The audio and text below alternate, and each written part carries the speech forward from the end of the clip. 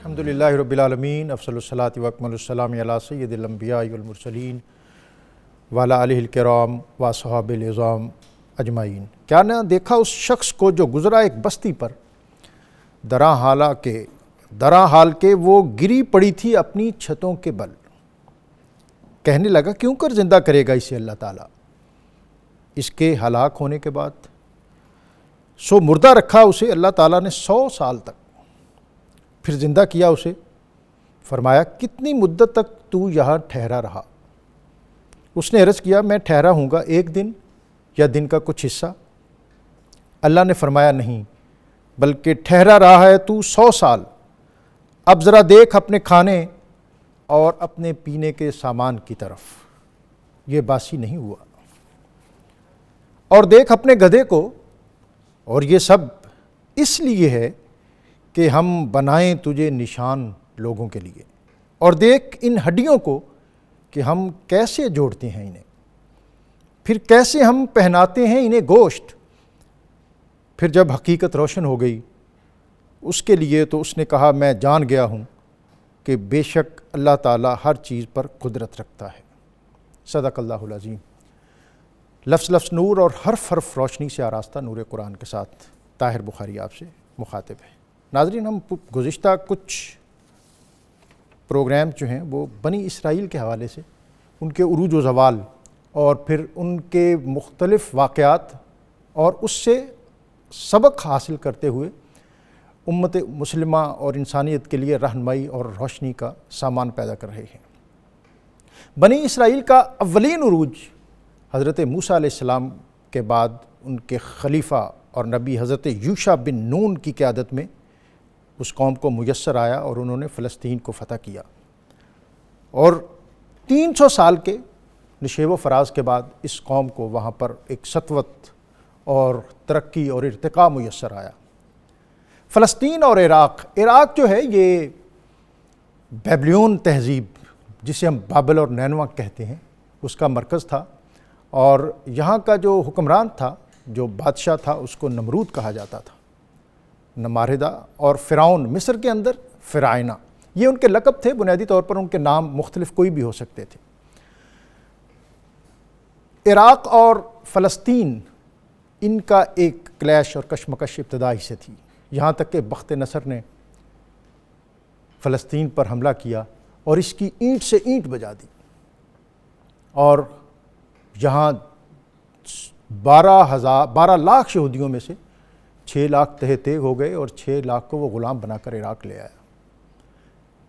اسی اثناء میں حضرت عزیر علیہ السلام کا اس بستی سے گزر ہوا، اور انہوں نے اس کی حالت دیکھی، اور اس تناظر میں قرآن پاک کی آیت جس کا آج ہم مطالعہ کریں گے، اور پھر اس بستی جو فلسطین اور یروشلم اور اس کے بعد ایلیا مختلف عنوانات سے تاریخ کے اندر معروف اور معتبر ہوئی، ان کو کسی نہ کسی طرح بنی اسرائیل کا جو دوسرا دور ہے، جس میں اللہ تعالیٰ نے انہیں حضرت داؤد علیہ السلام، حضرت سلیمان علیہ السلام، بڑے اولوالعزم پیغمبر جن کو اقتدار اور حکومت بھی عطا ہوا، ہیکل سلیمانی تعمیر ہوا، اور پھر اسی دوران ایک اور واقعہ یہ رونما ہوا کہ عراق اور ایران، یہ اس دور کی جو عظیم سلطنتیں تھیں، ان کا بھی باہمی ایک تصادم رہتا تھا۔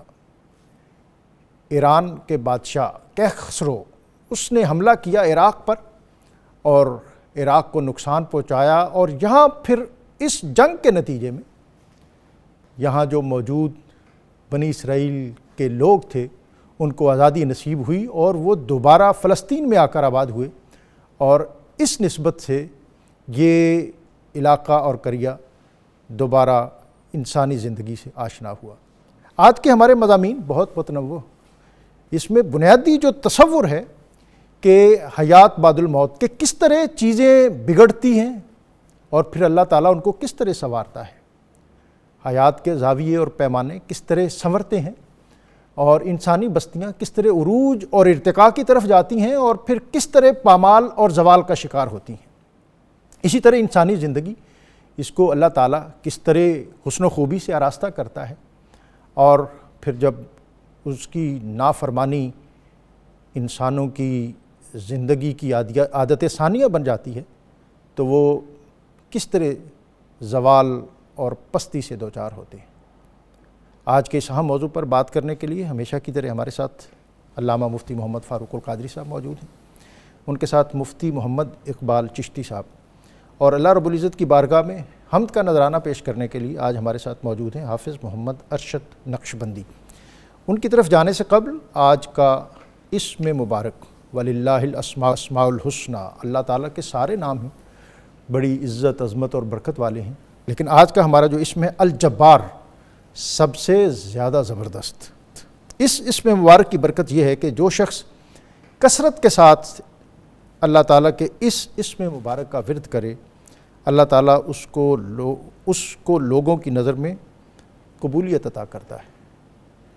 مفتی صاحب، آج کا موضوع، اس میں میں نے جو آیت تلاوت کرنے کی سعادت پائی وہ 259 ہے، اور اس سے قبل جو 258 جس میں حضرت ابراہیم علیہ السلام کا ذکر ہے اور اس میں حضرت عزیر علیہ السلام کا ذکر ہے۔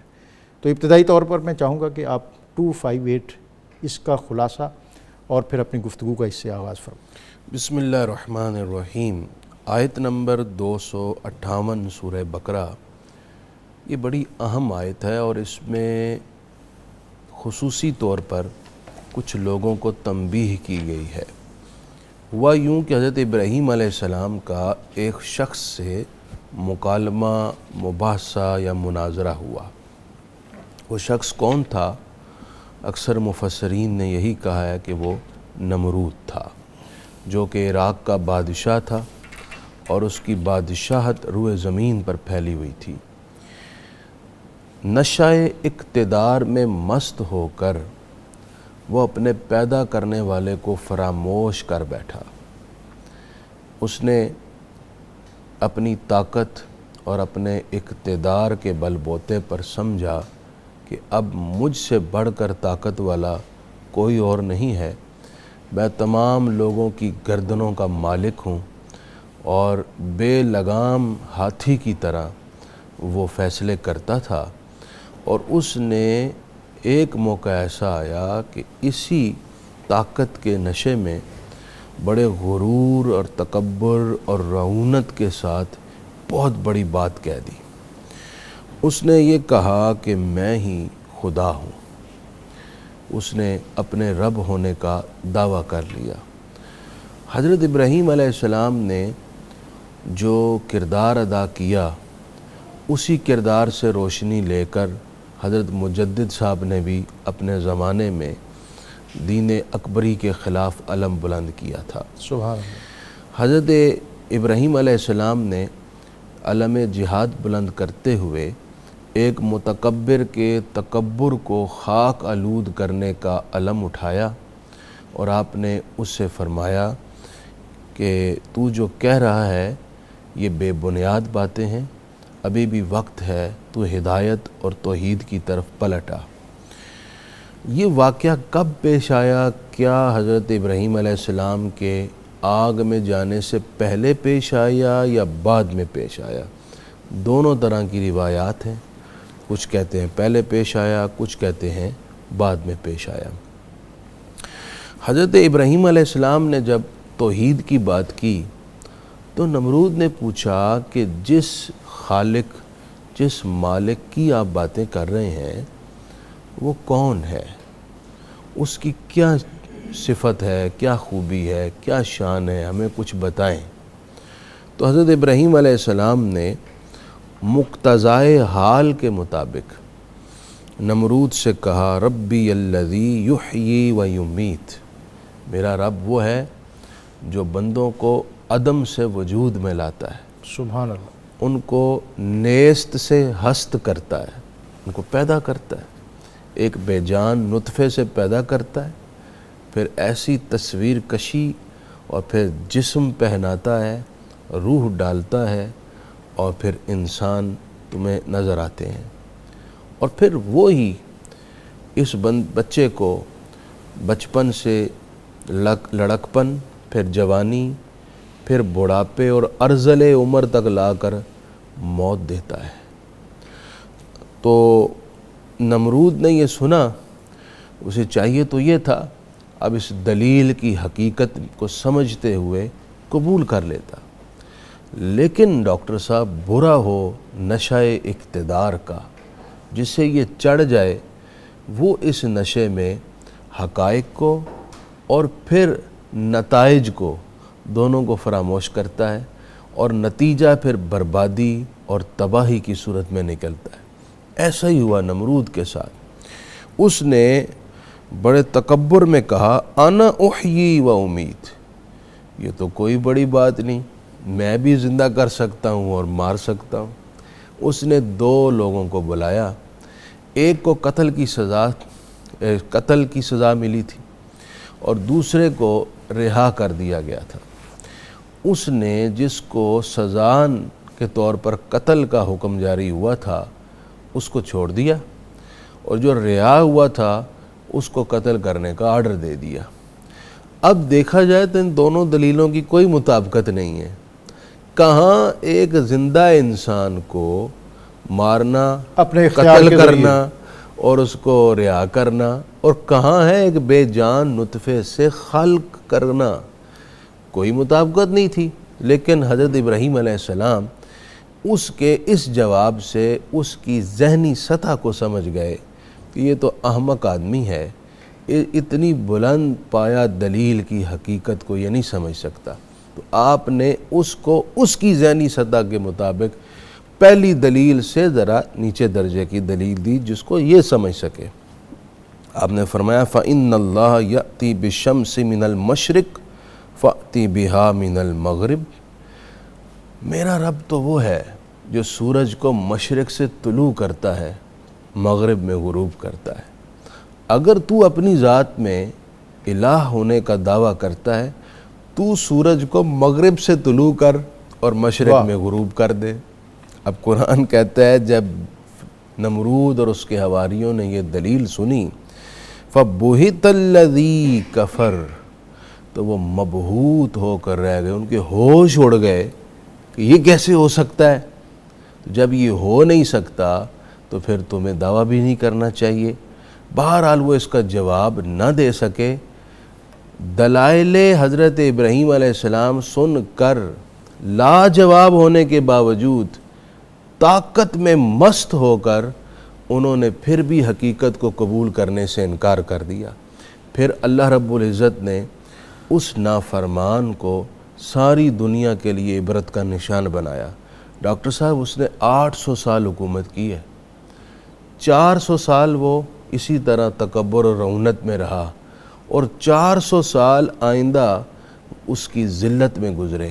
وہ یوں کہ اللہ نے ایک مچھر اس کے دماغ میں ڈال دیا جو 400 سال اس کے دماغ میں رہا، اور 400 سال وہ اس ذلت میں اسے زندگی گزاری کہ وہ لوگوں سے اپنے سر پر تھپڑ مرواتا، بعض اوقات جوتے مرواتا، اور اس سے سخت چیز مرواتا جس سے اس کو کچھ لمحوں کے لیے ریلیف ملتا تھا، اور اسی اذیت اور تکلیف میں بالآخر اس کی موت ہو گئی۔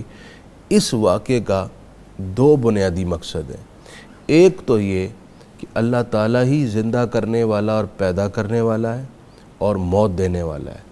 جس طرح وہ تمہیں یہ حیات دیتا ہے اسی طرح تمہارے مرنے کے بعد بھی وہ تمہیں دوبارہ زندہ کرنے پر قادر ہے۔ اور دوسرا اس میں بنیادی سبق یہ دیا گیا کہ کبھی بھی تکبر اور غرور کا انجام حسن اور خیر کی صورت میں نہیں ہوتا۔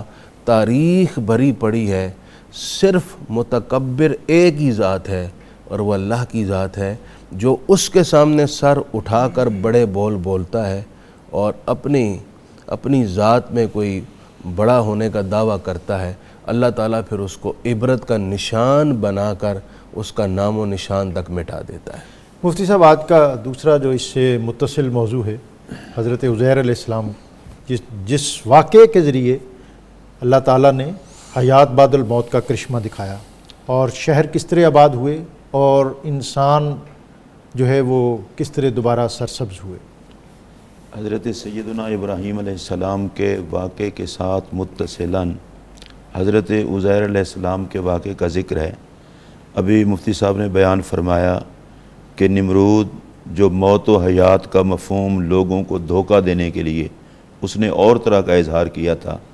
تو اس سے متصل آیت میں بتایا جا رہا ہے کہ موت کسے کہتے ہیں، حیات کسے کہتے واہ ہیں۔ سبحان اللہ۔ حضرت عزیر علیہ السلام کا گزر ہوا، آپ نے پہلے بیان فرمایا ہے، آپ نے دیکھا اور پھر کہا کہ اس بستی کو اور ان لوگوں کو اللہ کس طرح زندہ کرے گا۔ پہلی بات تو میں یہ عرض کر دوں، نبی کو اس معاملے میں کبھی بھی شک نہیں ہوتا۔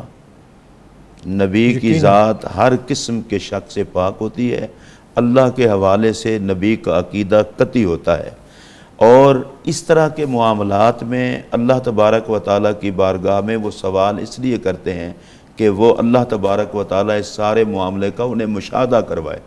بعض لوگوں کو غلط فہمی ہوتی ہے، ان کو غلط فہمی نکال لینی چاہیے۔ یہ مشاہدے بھی اللہ ہر کسی کو نہیں کرواتا، یہ اپنے نبیوں کی شان دکھانے کے لیے انہیں مشاہدہ کرواتا ہے۔ سبحان اللہ۔ قرآن مجید کے اور بھی بہت سارے مقام ہیں، آگے حضرت ابراہیم علیہ السلام کی ہوئی مشاہدے والی بات آ رہی ہے، اور حضرت موسیٰ علیہ السلام نے اللہ کی بارگاہ میں عرض کی تھی، رب ارنی انظر الیک، یا اللہ میں تجھے دیکھنا چاہتا ہوں، مجھے اپنا آپ دکھا۔ تو اللہ تعالیٰ نے فرمایا لن ترانی، تم دیکھ نہیں سکو گے، لیکن موسیٰ علیہ السلام کا اصرار ہوا تو اللہ کریم نے فرمایا کہ پہاڑ پر تجلی ڈالتے ہیں، اگر اسے تم نے دیکھ لیا تو پھر میرے دیکھنے کی بات بھی کرنا۔ اب کہہ دیا تھا، صرف نہ نہیں کی، اللہ نبیوں کی شان دکھاتا ہے، کوئی یہ نہ کہہ دے کہ انبیاء کہیں بھی صحیح تو رب نہیں مانتا، انبیاء کی اپنی شان ہے۔ حضرت عزیر علیہ السلام کو اللہ تبارک و تعالیٰ نے جب انہوں نے یہ کہا کیسے زندہ کرے گا، تو اللہ تعالیٰ نے انہیں مشاہدہ کروایا۔ حضرت عزیر علیہ السلام پر اللہ نے موت طاری فرما دی، اور یہ حقیقی موت تھی، موت طاری فرما دی، اور موت طاری فرمانے کے بعد 100 سال کے بعد انہیں دوبارہ زندگی عطا فرمائی۔ اللہ نے پوچھا عزیر بتاؤ تم کتنا دیر تک ٹھہرے رہے ہو؟ تو انہوں نے کہا 1 دن یا آدھا دن، اور اللہ نے فرمایا نہیں، تم تو 100 سال اس طرح رہے ہو۔ لیکن آگے ڈاکٹر صاحب جو قرآن مجید میں ہے، اللہ تعالیٰ نے فرمایا کہ عزیر تم دیکھو اپنے کھانے کو، وہ خراب نہیں ہوا، اور گدھے کو تم دیکھو وہ گل سڑ چکا ہے۔ سبحان یہاں پر بڑی خوبصورت بات علماء نے کی ہے، کسی کے ذہن میں یہ بات آ سکتی ہے کہ حضرت عزیر علیہ السلام 100 سال لیٹے رہے اور 100 سال ان پر موت طاری رہی، اٹھے تو انہوں نے کہا کہ 1 دن یا آدھا دن، تو کسی کے ذہن میں یہ خلش پیدا ہو سکتی تھی کہ پھر اللہ کے نبی کو تو پتہ نہیں تھا، انہوں نے تو 1 دن اور آدھے دن کی بات کی ہے، اور وہاں تو 100 سال ہے۔ آگے جو مثال ہے اس مثال میں یہ واضح کر دیا گیا کہ حضرت عزیر علیہ السلام کا 1 دن اور آدھا دن کہنا وہ بھی ٹھیک ہے، واہ اور 100 سال وہ بھی ٹھیک ہے۔ 100 سال کو دیکھنا ہو تو گدھے کی حالت کو دیکھ لیں، واہ، اور 1 دن اور آدھے دن کے مصداق کو دیکھنا ہو تو وہ کھانے کو دیکھ لیں، کیا کہنے، وہ واہ، کھانے کو کچھ بھی نہیں ہوا، فرق بھی نہیں ہوا۔ سبحان اللہ۔ تو اس میں یہ بتایا گیا اللہ تعالیٰ اس بات پر قادر ہے کہ 100 سال کو کسی پر 1 دن یا آدھا دن جتنا گزارے، اور آدھے دن اور 1 دن کسی پر گزرے اور دوسرے پر پورا 100 سال گزرے۔ بعض لوگوں کو یہ آیتیں پڑھ کر جو لوگ توجہ نہیں کرتے یا علماء سے صحیح رہنمائی نہیں لیتے، وہ فوراً اس طرف چلے جاتے ہیں کہ دیکھیں جی اللہ نے پوچھا اور نبی نے فوراً کہہ دیا کہ میں 1 دن یا آدھا دن، تو وہ تو حالانکہ 100 سال تھے۔ تو نبی کی طرف ایسی بات کی نسبت کرنے سے پہلے کسی عالم دین سے، کسی بزرگ سے رہنمائی لے لینی چاہیے۔ آگے جو مثال آئی ہے، قرآن مجید نے جو مثال دی ہے، وہ کھانے کو ہوا کچھ نہیں، اور گدھے کی حالت جو ہے واضح قرآن مجید میں ہے، تو بتا دیا گیا کہ 100 سال بھی برحق ہے، اور حضرت عزیر علیہ السلام کا 1 دن یا آدھا دن کہنا وہ بھی برحق ہے۔ سبحان اور اللہ۔ حضرت عزیر علیہ السلام کو پھر اس گدھے کو، جس طرح نے آپ نے پہلے ترجمے میں اور بتایا ہے کہ اس کو اللہ تبارک و تعالی نے زندہ کر کے حضرت عزیر علیہ السلام کو بتایا کہ میں رب اس بات پر قادر ہوں، دکھایا میں قادر ہوں کہ میں چاہوں تو مردے کو زندگی عطا فرما سکتا ہوں، اور یہ ہڈیاں جڑ جائیں گی، ہڈیاں جڑنے کے بعد پھر ان پر گوشت آ جائے گا، اس میں جان آ جائے گی۔ اسی طرح میرے لیے کوئی مسئلہ نہیں ہے، میں ہر چیز پر قادر سبحان ہوں اللہ۔ کہ ایک چیز دنیا سے ختم ہو چکی ہو، مر چکی ہو، میں اسے بھی دوبارہ زندگی عطا کر سکتا ہوں۔ میں چاہوں گا مفتی صاحب، ایک تو یہ اس واقعے کے ذریعے حضرت عزیر علیہ السلام کی جو حیثیت ہے وہ بہت معتبر ہے، اور پھر ان کی تجدیدی اور اصلاحی کاوشیں اور مساعی جو ہیں یہ بھی تاریخ دعوت و ارشاد کا ایک بڑا اہم باب ہے، اس پر بھی تھوڑی آپ ہمیں روشنی عطا کریں۔ حضرت عزیر علیہ السلام نے خصوصی طور پر جو بنی اسرائیل کے موسیٰ علیہ جو عقائد میں خرابی پیدا ہو گئی تھی اس پر بہت لوگوں کی اصلاح اور آپ نے ان کے نظریات کی تجدید فرمائی۔ یوں ہی حضرت عزیر علیہ السلام کے دور کا یہ جو خاص واقعہ پیش آیا ہے، اس واقعے کے پس منظر میں بھی اگر دیکھا جائے تو بہت ساری بنی اسرائیل کے زوال کی داستان چھپی ہوئی ہے۔ یہ 586 قبل مسیح کا واقعہ بتایا جاتا ہے، اور اس دور میں بخت نصر جو بادشاہ تھا اس نے بیت المقدس کو اجاڑ کر رکھ دیا تھا۔ یہ جس بستی کا اس آیت میں ذکر ہے اس سے مراد وہی بیت المقدس ہے۔ بنی اسرائیل نے جب عقائد کی اور نظریات کی جو پستی اور زوال دکھایا تو پھر اللہ تعالیٰ نے ان پر ظالم حکمران بخت نصر مسلط کیا تھا۔ اچھا، یہ کل والی آیات میں بھی اس سے قبل بھی ہم بات کر چکے ہیں، یہ قانون قدرت رہا ہے۔ اللہ تعالیٰ کی کچھ سنتیں ہیں، اور سنت الہیہ جو سنن الہیہ ہیں وہ قرآن مجید کا ایک خاص ایک عنوان بھی آپ سمجھ سکتے ہیں، کہہ سکتے ہیں کہ بہت ساری آیات میں اللہ تعالیٰ کی خاص سنن کا ذکر ہے کہ اللہ تعالیٰ کا طریقہ کیا ہے، کیا ہو تو وہ کیا کر دیتا ہے۔ ان میں سے ایک یہ اس مالک کی یہ سنت ہے کہ جب قوم اپنے راہ سے، اپنے مقصد سے، اپنی ذمہ داری سے ہٹتی ہے تو اللہ ان پر ظالم حکمران مسلط کرتا ہے۔ اور وہ ذمہ داری کون سی؟ اللہ رسول کی پیروی، جس کے لیے انہیں دھرتی ملی، ان کو زندگی ملی، ان کو دین ملا۔ ایسا ہی ہوا بنی اسرائیل کے ساتھ، بخت نصر مسلط ہوا اور اس نے اجاڑ کر رکھ دیا، تباہی بربادی کر دی۔ ایون کہ جب حضرت عزیر علیہ السلام بیت المقدس اس بستی میں آئے تو سارے ہی مر چکے تھے، مکانات گر گئے تھا، کوئی زیرو وہاں موجود نہیں، سب کچھ اجڑ گیا اور تھا، کوئی دو اینٹیں نہیں تھی جو سلامت ہوں۔ تو حضرت عزیر علیہ السلام نے اس وقت یہ کہا تھا کہ یہ سب کیسے زندہ ہوں گے۔ تو اب یہاں یہ بھی میں بات ذکر کر دوں کہ ابراہیم علیہ السلام کا بھی واقعہ آ رہا ہے، کیفا کا لفظ آ رہا ہے۔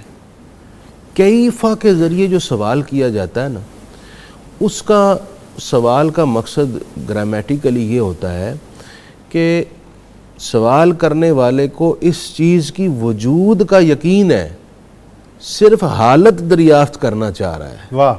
تو حضرت ابراہیم حضرت عزیر علیہ السلام کو یہ یقین تھا کہ وہ مالک زندہ کرتا ہے، وہ حالت کیا ہوتی ہے زندگی کی، وہ حالت وہ دیکھنا چاہتے تھے۔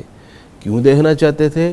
تاکہ قلب میں اطمینان بڑھ جائے۔ سبحان تو اللہ۔ اس سے پتہ چلا کہ اطمینان قلبی کے اضافے کے لیے بھی سوال کرنا جائز ہے، ایک مرید کا شیخ سے، ایک شاگرد کا استاذ سے، تاکہ اس کے قلبی مشاہدے میں اضافہ ہو جائے۔ تو اللہ تعالیٰ نے پھر حضرت عزیر علیہ السلام پر یہ 100 سال کی حالت طاری فرمائی۔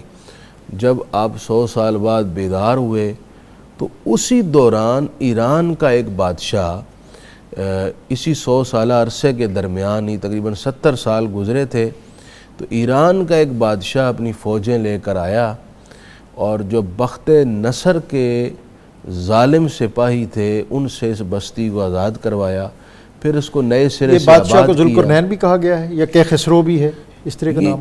مختلف واقعات ذکر کیے گئے ہیں۔ تو اس نے پھر اس کو بڑے خوبصورت انداز میں نئے سرے سے آباد کیا۔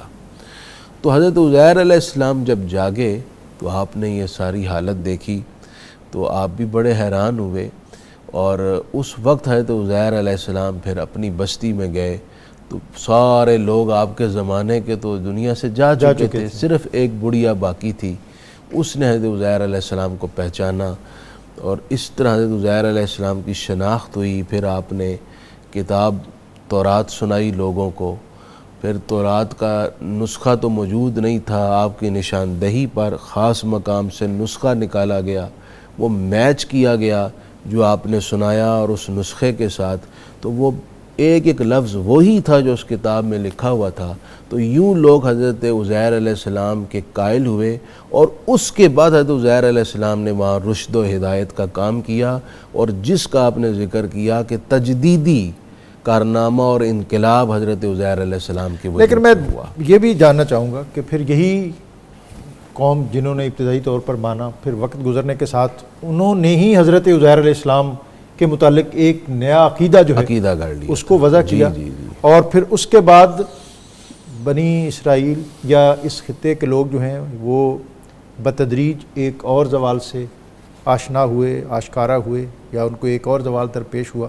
اور اس کے ساتھ جب میں دوبارہ وقفے کے بعد حاضر ہوں گا تو حضرت ابراہیم علیہ السلام کا بھی اسی نوعیت کا ایک واقعہ جس سے ہمیں بہت زیادہ رہنمائی میسر آتی ہے، اس سے بھی اس کا تذکرہ بھی کریں گے۔ ناظرین، آج ہم سورہ بقرہ میں جو منقول حضرت عزیر علیہ السلام اور حضرت ابراہیم علیہ السلام کے وہ واقعات جس سے انسانیت کس طرح بنتی اور سنورتی ہے، اور بستیاں کس طرح اجڑتی ہیں، اور پھر کس طرح سرسبز و شاداب ہوتی ہیں، اور حیات بعد الموت، مرنا اور مر کے جی اٹھنا، اس کے جو مختلف مناظر اور مظاہر بیان کیے گئے ہیں، وہ بنیادی طور پر ایمان اور ایقان کی مضبوطی اور تازگی کے لیے یہ سارا کچھ ہے کہ سابقہ امم کے وہ واقعات اور انبیاء علیہ السلام کی وہ تعلیمات جو ہمارے لیے ایمان، رہنمائی اور روشنی کا باعث ہوں، ہم ان سے توانائی، تقویت اور تازگی حاصل کریں۔ یہاں وقت ہے ایک بریک کا، بریک سے واپس آئیں گے تو اس موضوع پر مزید بات کریں گے۔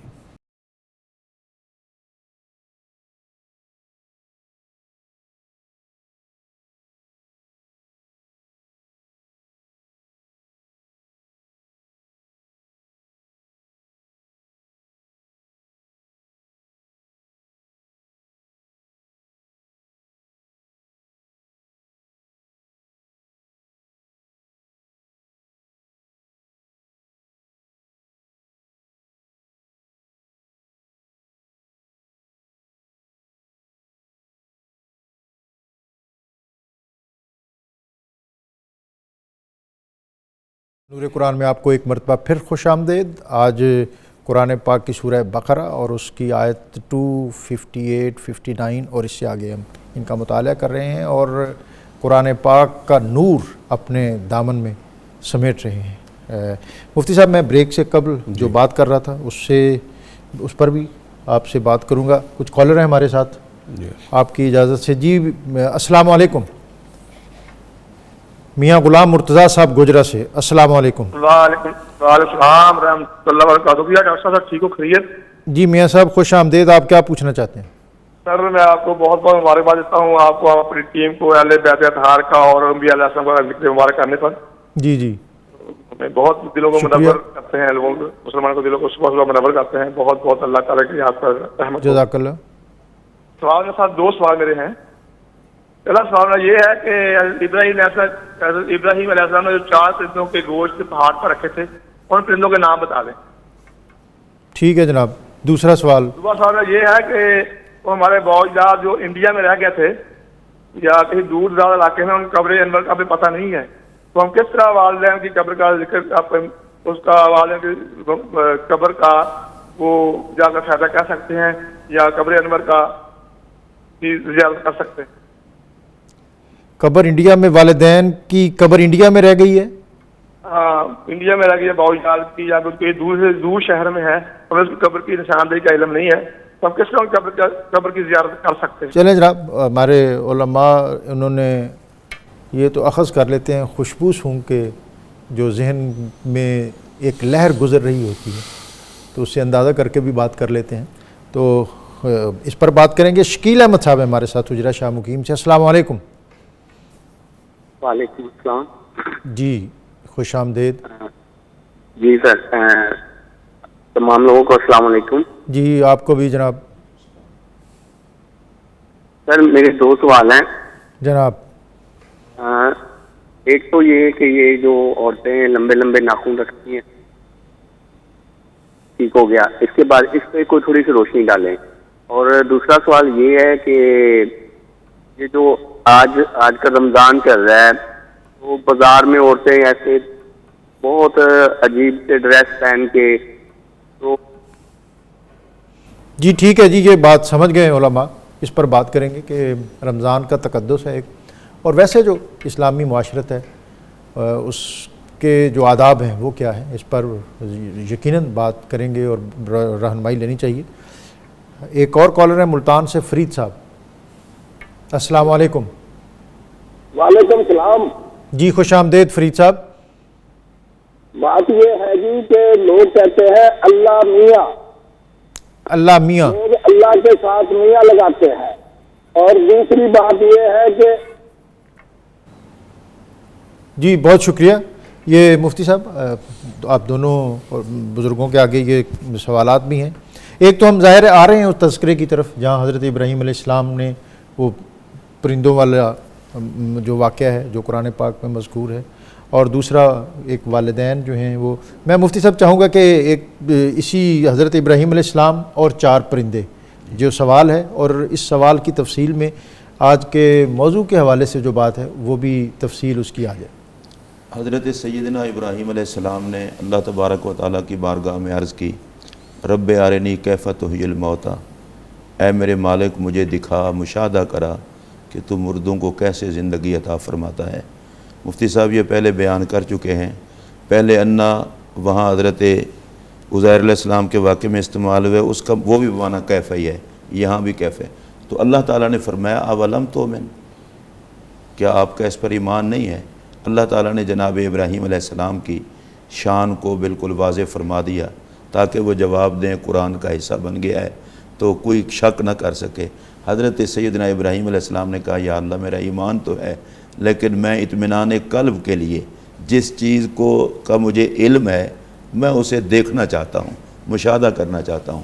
تو اللہ تبارک و تعالیٰ نے حکم فرمایا کہ 4 پرندے آپ لے لیں اور ان کو اچھی طرح قیمہ کر کے مکس کر کے 4 مختلف پہاڑوں پر رکھ دیں، پہاڑوں پر، اور پھر ان کو بلائیں، میں آپ کو مشاہدہ کراؤں گا وہ کس طرح آپ کی آواز پر آتے ہیں۔ تو انہوں نے نام پوچھا تھا، جو نام لکھے گئے ہیں اس میں کوا تھا، مرغ تھا، کبوتر تھا اور مور تھا، یہ 4 پرندے تھے۔ اب سیدنا ابراہیم علیہ السلام نے اللہ کے حکم کے مطابق انہیں ایسے کیا، اور ایسا کرنے کے بعد پہاڑ پر رکھ دیا، اور پھر جناب ابراہیم علیہ السلام نے ان پرندوں کو بلایا تو وہ دوڑ کے جناب ابراہیم علیہ السلام کی بارگاہ میں حاضر ہو گئے۔ ڈاکٹر صاحب اس پر ایک بات تو میں یہ عرض کروں گا کہ وہ پرندوں کا قیمہ ہو چکا تھا، اور قیمہ ہونے کے بعد جناب ابراہیم علیہ السلام کی آواز کو انہوں نے سن لیا۔ واہ۔ اور پھر یہ ہے کہ ان کو مکس کر کے مختلف جگہوں پر رکھا گیا تھا، تو وہاں سے ہر پرندے کے اجزاء دوسرے کے ساتھ مل کر جڑ گئے۔ سبحان اللہ۔ تو ایک اس واقعے سے ہمیں اس بات کا بھی پتہ چلتا ہے کہ اللہ تعالیٰ جسے سنانا چاہے وہ جس حال میں بھی چیز ہو اللہ اسے سنا دیتا ہے۔ واہ کیا اور کہنا میں اسے سادہ سے لفظوں میں یہ کہوں گا کہ اگر خالق کائنات اپنے پاک نبی کی آواز ان پرندوں کے کیموں کو سنوا سکتا ہے تو وہی خالق اس بات پر بھی قادر ہے کہ گنبد خضرا میں نبی پاک جلوہ گر ہوں اور ساری امت کی آوازیں ان کو سنوا دیں۔ سبحان اللہ، اس سبحان لیے کہ یہ قوت اور طاقت اور قدرت اللہ دیتا ہے، کوئی اور نہیں دیتا۔ اب وہ پرندوں کو اللہ تبارک و تعالیٰ نے زندگی عطا کی، اور ایک اور بات بھی، ان کا قیمہ کر کے جناب ابراہیم علیہ السلام نے انہیں پکارا، وہ آ گئے۔ ڈاکٹر صاحب میں بڑی دلچسپی کے لیے ایک بات کر رہا ہوں کہ رب نے بھی اجازت دی کہ ان کا قیمہ ہو تو ان کو پکار لینا۔ مرے ہوئے پرندوں کو، قیمہ شدہ پرندوں کو نبی پکار سکتا ہے، تو ہمارے آقا مولا صلی اللہ علیہ وسلم تو اپنی قبر انور میں زندہ ہیں۔ واہ۔ اگر کوئی رسول اللہ علیہ السلام کا غلام میرے پاک نبی کو پکارتا ہے تو وہ یہ سمجھ کر پکارتا ہے وہ زندہ بھی ہیں اور انہیں اللہ تعالیٰ میری پکار سنواتا بھی ہے۔ سبحان اللہ۔ تو حضرت سیدنا ابراہیم علیہ السلام کو یہ مشاہدہ کروایا گیا۔ یہ بات میں پہلے عرض کر چکا ہوں کہ اللہ یہ شان اپنے نبیوں کو عطا کرتا ہے، یہ ہر کسی کے ناز نخرے اور لاڈ نہیں مانے جاتے۔ اللہ اپنے نبیوں کو یہ شان عطا کر کے لوگوں کو بتاتا ہے کہ تم نبیوں کو اپنے اوپر قیاس نہ کیا کرو۔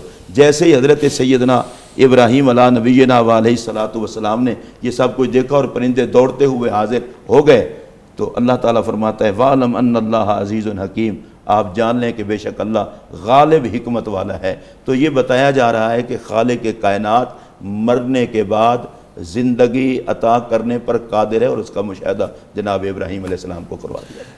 اس پر آپ مزید کوئی کمنٹ کرنا چاہیں؟ اور ایک کویسچن یہ بھی تھا کہ والدین کی قبریں انڈیا میں رہ گئی ہیں، اب وہ جو ایک ہمیں عقیدت اور عادت کے لیے ایک تو باطنی اور روحانی مرکزیت کی ضرورت ہوتی ہے، ایک حصی مرکزیت بھی درکار ہوتی ہے جس کو ہم دیکھ سکیں، اب وہ محرومی ایک اس کے ازالے اور اس حوالے سے آپ کیا اس پہ کہیں گے؟ ایک یہ بھی کویسچن تھا کہ ہم عام سادگی میں اللہ میاں بھی کہہ دیتے ہیں، اس کی کیا دین میں شریعت میں کیا حیثیت ہے؟ اور اس کے ساتھ ہی ایک جو اگلا کویسچن ہے تھوڑا نازک بھی ہے کہ وہ اکبر الآبادی نے کہا تھا کہ بے پردہ کل جو آئی نظر چند بیبیاں، اکبر زمین میں غیرت ایک قومی سے گڑ گیا، پوچھا جو ان سے آپ کا پردہ تھا کیا ہوا؟ کہنے لگی کہ عقل پہ مردوں کی پڑ گیا۔ جناب پہلی گزارش تو یہ ہے کہ مرنے والے مرتے ہیں لیکن فنا ہوتے نہیں، حقیقت میں وہ کبھی ہم سے جدا ہوتے نہیں۔ آپ اپنے والدین کو اپنے قریب محسوس کر سکتے ہیں، آپ ثواب پیش کریں ان کے لیے، قرآن پاک اور دیگر اذکار پڑھ کے صدقات کر کے ان کو ثواب پیش کیا کریں۔ ثواب کے لیے کوئی بارڈر، کوئی سرحد نہیں ہے، آپ پیش کریں گے اخلاص کے ساتھ تو اللہ تعالیٰ فوراً عطا کر دیتا ہے۔ دوسرا جو آپ نے ایک یہ بھی تھا کہ ناخن بڑے ہیں خاتون کے، دوسرا اللہ میاں، اللہ تعالیٰ کو میاں کہنا جائز نہیں ہے، اللہ تعالیٰ میاں ہونے سے پاک ہے۔ خواتین ہیں یا مرد ہیں سب کے لیے سنت ہے ناخن کاٹ کر پست رکھنا، اور اس میں تو طبی پوائنٹ آف ویو سے بھی بہت فوائد ہیں، میل جمع نہیں ہوتی، یہی جب ہم کھانا کھاتے ہیں تو یہی میل ہمارے منہ میں جاتی ہے، بیماریوں کا سبب بنتے ہیں جراثیم، اور آج کل تو بطور خاص ہاتھوں کو صاف رکھنے کا حکم بھی دیا جا رہا ہے، تدبیر کہی جا رہی ہے۔ تو عورتیں ہیں یا مرد ہیں دونوں کے لیے سنت، اور ہمارے نبی پاک علیہ السلام کا طریقہ یہی ہے ناخن چھوٹے رکھا کریں۔ جہاں تک پردے کی بات ہے، اس پہ بڑی لے دے ہوتی ہے پاکستان میں اور دیگر ممالک میں بھی، تو قرآن مجید کا حکم تو یہی ہے، رسول اللہ صلی اللہ علیہ وسلم کا حکم بھی یہی ہے، میں اس کی ڈیٹیل میں نہیں جا سکتا، وقت ایسا ہے۔ تو عورتوں، وہ اب کہہ رہے ہیں آج کل رمضان ہے، چاہے رمضان ہو یا نہ ہو، ہر مہینے میں ہر وقت عورت کے لیے غیر محرم سے پردہ ہے، اس پردے کو قائم رکھیں۔ یہ زندگی بڑی مختصر ہے، عورت جب مرتی ہے تو اس کو مرد کی نسبت کپڑے بھی زیادہ کفن میں دیے جاتے ہیں، تو جب اللہ تعالیٰ کی بارگاہ میں حاضر ہوگی تو اس زندگی کے بارے میں کیا جواب دے گی؟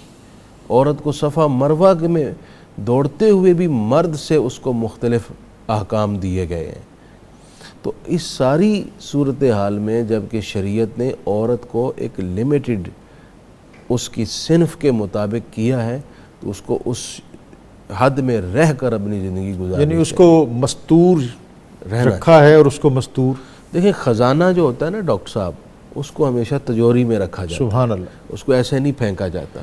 آج کے موضوعات میں خزانے کی حیثیت ہے، آج کے موضوعات میں آگے مفتی صاحب جو آ رہا ہے وہ انفاق فی سبیل اللہ، اس پر میں چاہوں گا کہ یہ رمضان المبارک کے ایام بھی ہیں، اور مفتی صاحب کی بلا نے بڑی خوبصورتی کے ساتھ احتیاط کے ساتھ بات فرمائی ہے۔ ہماری ماؤں بہنوں کو شریعت نے وقار دیا ہے، جس رسول کرم نے عورت کو آ کر عزت دی ہے، اس عزت کی حفاظت کے لیے اسی پاک نبی نے پردہ دیا ہے۔ سبحان اللہ۔ تو میری ماں بہن کو احتیاط کریں۔ میں ڈاکٹر صاحب دوسری بات کرنا چاہتا ہوں، خدا نہ خواستہ اگر کبھی بیٹیاں مائیں بہنیں بے پردہ ہوں تو مرد کو بھی حکم ہے کہ اپنی نظر کی حفاظت کرو، واہ، پہلے خواتین پردہ سبحان کریں، اللہ۔ اور اگر وہاں کوئی بے احتیاطی ہے تو پھر مردوں کو احتیاط کر لینی چاہیے، انہیں اپنی نظریں جھکا لینی چاہیے۔ اس طرح سے اسلامی تعلیمات کا تحفظ کیا جا سکتا ہے۔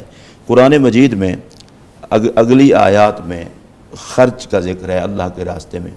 ڈاکٹر صاحب یہ اللہ کے راستے میں خرچ کرنا، مال خرچ کرنا، یہ بہت مشکل مسئلہ ہے، اور آج کل جب ہم دیکھتے ہیں تو اللہ کے فضل سے جو ہماری جیب لگی ہوتی ہے یہ بالکل دل کے اوپر لگی ہے، تو مال بھی اسی میں ہوتا ہے، تو جب آپ مال کو ہاتھ لگاتے ہیں نا تو پھر عجیب سا مسئلہ بن جاتا ہے۔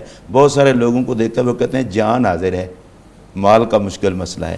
تو اللہ تبارک و تعالیٰ نے مال کے خرچ کو بیان فرماتے ہوئے جس مثال کو دیا ہے، کہا ہے کہ یہ مت سوچنا کہ خرچ کرو گے تو کم ہو جائے گا، بلکہ خرچ کرو گے تو بڑھے گا۔ واہ سبحان اللہ۔ تم کاروبار کرتے ہو، کاروبار بھی اسی لیے کرتے ہو نا، تمہیں پرافٹ ملے گا، نفع ہوگا، تو اس میں کوئی یقینی گارنٹی نہیں ہوتی۔ کاروبار میں کبھی نفع بھی ہوتا ہے، کبھی نقصان بھی ہوتا ہے، اسی لیے تجارت کا ثواب ہے۔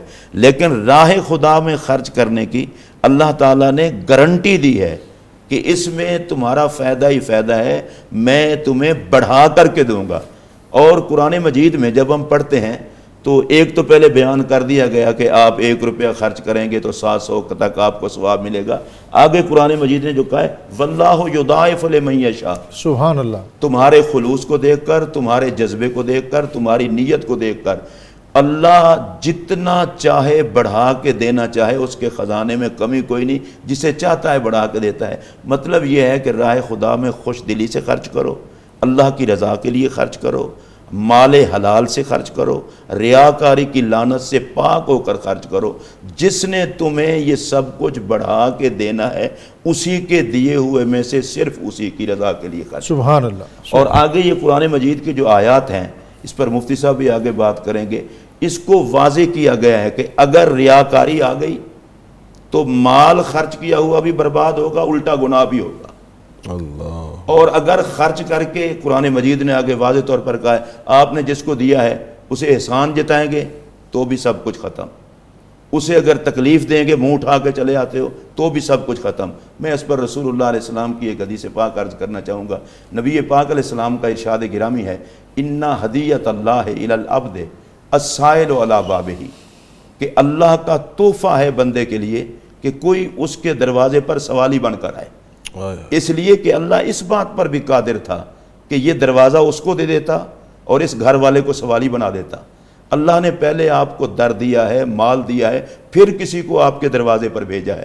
اس لیے اگر کوئی آپ کے دروازے پر آتا ہے تو آپ اس کو ستائیں نہ اور بعد میں احسان کر کے جتائیں نہ، بلکہ یہ سمجھیں اللہ کا بندہ میرے پاس آیا ہے اور اللہ کے حکم سے آیا ہے، اور میں کون سا اپنا مال دے رہا ہوں، اللہ تعالیٰ کا دیا ہوا اللہ تعالیٰ کے راستے میں دے رہا ہوں۔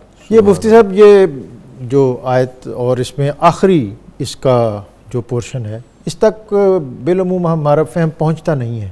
دیتے ہیں اور پھر جس انداز میں دیتے ہیں، میں چاہوں گا کہ چونکہ یہ ایام بطور خاص اس حوالے سے بڑے معتبر ہیں، لوگ اللہ کی راہ میں خرچ کرتے ہیں، لیکن بعض اوقات کم علمی نافہمی میں بھی ان سے کچھ ایسی حرکتیں ہو جاتی ہیں جو دین کا مقصود اور مطلوب نہیں ہے۔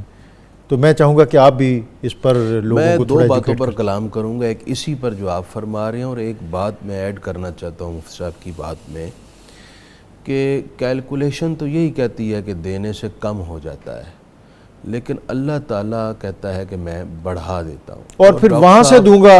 روئے زمین پر آج تک کوئی ایک شخص بھی آپ کو ایسا نہیں ملے گا جو یہ کہے کہ میں نے دیا اور میرا کم ہو گیا۔ واہ، ہر ایک کا تجربہ، اس کا مشاہدہ، اس کی ذاتی جو مشاہدات ہیں وہ یہی بتاتے ہیں کہ بس ایسا سبب بنا ہے کہ بڑھ گیا ہے۔ اور پھر وہ کہتے ہیں کہ لوگوں کو یہ بات ہے کاش سمجھ آ جائے۔ اور ڈاکٹر صاحب مجھے کئی دوست ملے ہیں جو زکوٰۃ دیتے ہیں، تو کہتے ہیں جی زکوٰۃ دیتے ہیں ہر سال، اور اللہ کا شکر ہے ہر سال زکوٰۃ بڑھ رہی ہے، کم نہیں ہو رہی۔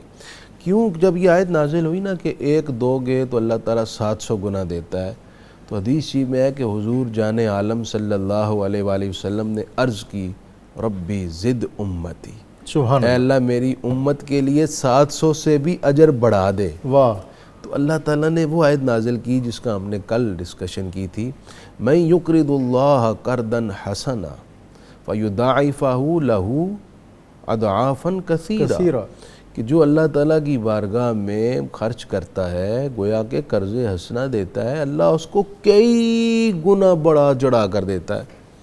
اب اضعافا کثیرا کتنے ہیں کوئی پتہ نہیں، کتنا بڑھا کر دیتا۔ حضور نے پھر عرض کی، ربی زد امتی، اے اللہ میری امت کے لیے اس سے بھی بڑھا دے۔ سبحان اللہ۔ پھر اللہ تعالیٰ نے وہ آیت نازل فرمائی، انما یوفی الصابرون، جو دیتے ہیں اور صبر کرتے ہیں ہم ان کو بغیر حساب کے اس کا بدلہ اور اجر عطا فرماتے، اتنا دیتے ہیں جو شمار اور گنتی میں نہیں آتا۔ اب دینے کے لیے موسٹ امپورٹنٹ یہ ہے کہ دینے والا صرف اور صرف اللہ کی رضا کے لیے دے۔ یہ اخلاص قبولیت کی کنجی ہے، اس کے بغیر دیا ہوا بھی بیکار، کل قیامت کچھ نہیں ملے گا۔ اسی کی مثال دی گئی ہے آیت نمبر 266 میں کہ ایک شخص کا بڑا خوبصورت باغ تھا اور بڑا عمدہ میوہ جات اور اس کی پیداوار تھی اور اس کے نفع اور فوائد تھے۔ اس آدمی کے بچے چھوٹے تھے باغ کے مالک کے۔ اس نے سوچا کہ یہ میرے بڑھاپے میں کام آئے گا۔ اب وہ اچانک بیمار ہو گیا، بچے ابھی چھوٹے ہی ہیں تو عمر بھی اس کی بڑی ہوئی ہے، ابھی بچے اس قابل نہیں ہیں کہ کچھ کما سکیں۔ وہی باغ اس کا کل متاع اور سہارا اور اس کی سپورٹ تھا۔ اچانک آگ کا ایک بگولا آیا، سارا باغ جلا کے راکھ کر دیا۔ اب اس شخص کے غم اور اندوہ کا کیا عالم ہوگا جس کا کل دار و مدار اس باغ پر تھا۔ اللہ فرماتا ہے یہی حال ہوگا اس شخص کا جس نے دنیا میں بہت کچھ دیا اور اپنی دانش میں سمجھا کہ میں نے جتنا دیا ہے اس کا بڑا اجر اور ثواب کا ذخیرہ ہوگا کل قیامت میرے لیے، لیکن اس میں ریاکاری تھی، لوگوں کو اذیت دینا تھا اور دوسروں کے سامنے اپنی ذات کو نمایاں دکھانا مقصود تھا۔ جب اللہ کی بارگاہ میں آئے گا تو جتنا اس نے دیا تھا وہ سارا ضائع ہو جائے گا۔ اللہ، تم یہ سوچو کہ اس شخص کے غم اور اندوہ کا کیا عالم ہوگا، اس کی حسرت اور بے بسی کا عالم کیا ہوگا۔ یہ مثال دے کر دراصل بندے کو یہ سمجھایا گیا ہے کہ جو دینا ہے تھوڑا دو یا زیادہ دو اللہ کی رضا کے لیے، یعنی کوالٹی ہو، کوانٹٹی پہ نہ جانا، کوانٹٹی پہ نہ جاؤ، مقدار جو ہے اخلاص کے ساتھ جو ہو وہی بہتر۔ لاسٹ کمنٹ کوئی مفتی صاحب آپ کہنا چاہیں؟ ڈاکٹر صاحب بہت خوبصورت بات انہوں نے کی ہے، صرف خرچ تک ہی نہیں، انسان جتنے بھی نیک کام کرتا ہے جہاں بھی ریاکاری آئے گی، آخرت کے دن جب اس کے لیے کمانے کا موقع نہیں ہوگا، یہ کمائی وہاں اس ریاکاری کی وجہ سے تباہ ہو جائے گی۔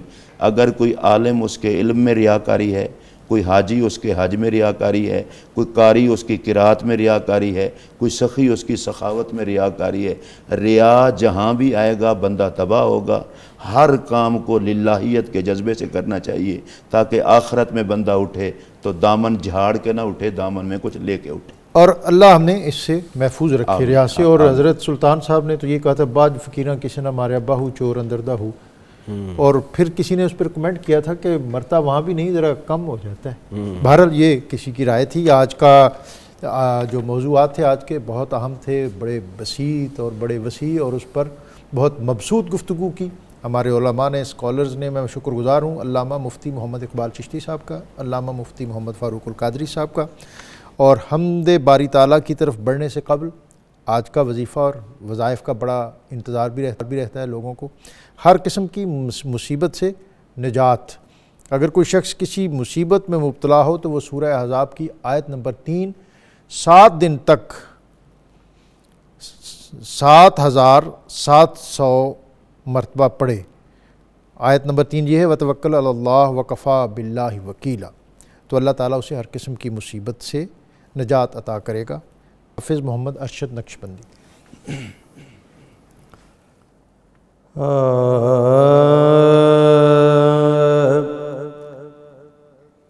درد دل کر مجھے عطا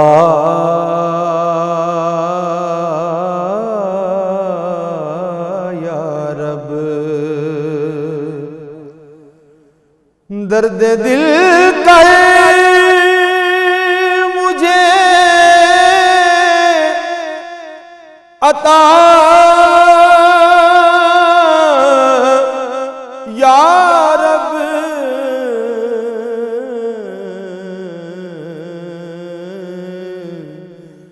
دے میرے درد کی دوا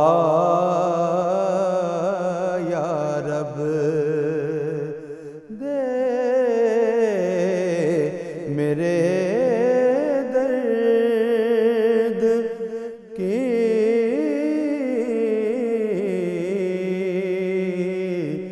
دوا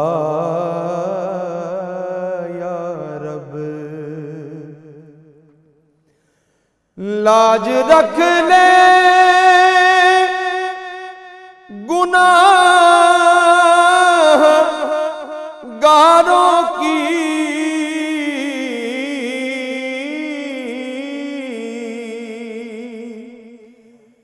لاج رکھ لے گناہ گاروں کی،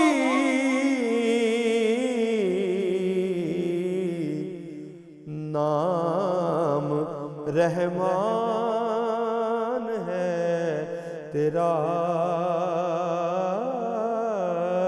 یا رب، نام رحمان ہے تیرا یا رب۔ عیب میرے نہ کھول محشر میں، نام ستار ہے تیرا یا رب، اور تیری جانب یہ مشت خاک اڑے، تیری جانب یہ مشت خاک اڑے، بھیج ایسی کوئی ہوا یا رب، بھیج ایسی کوئی ہوا یا رب، اور تو حسن کو اٹھا حسن کر کے،